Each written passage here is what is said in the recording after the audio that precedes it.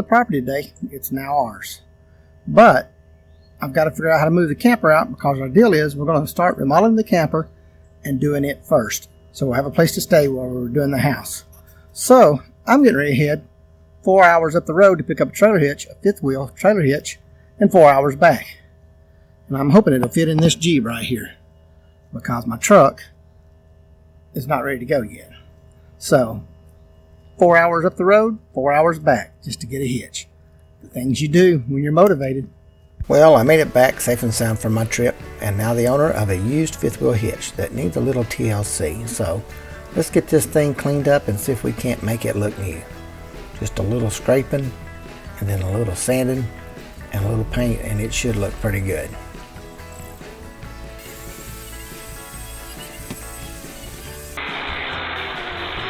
Here my Harbor Freight tool starts playing out on me. It's been a good one, and for the price you can't complain. So there it is, all cleaned up. Looks like brand new. I think it turned out pretty well. Waiting on my install kit to show up. It was supposed to come in, so it didn't. So let's go cut grass at the new place. Got the grass cut and some weed eating done. I think it looks pretty nice with the grass cut. Maybe the install kit will show up.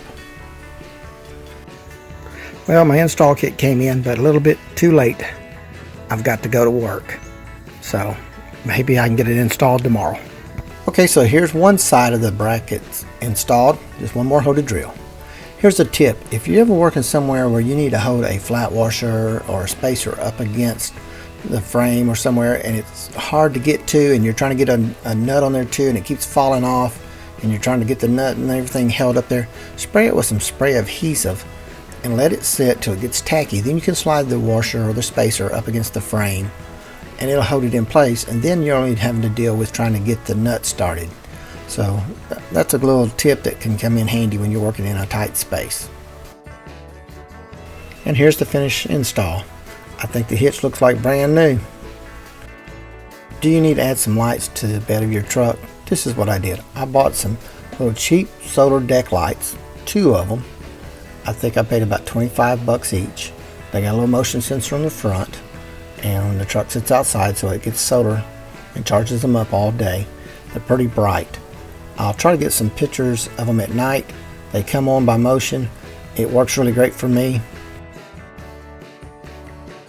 Here's a picture of them at night. As you can see, they really light up the bed of the truck. There's the final install with the hitch redone, the lights on. I think it turned out pretty nice. Thanks to my sister and her husband for hooking me up with the hitch.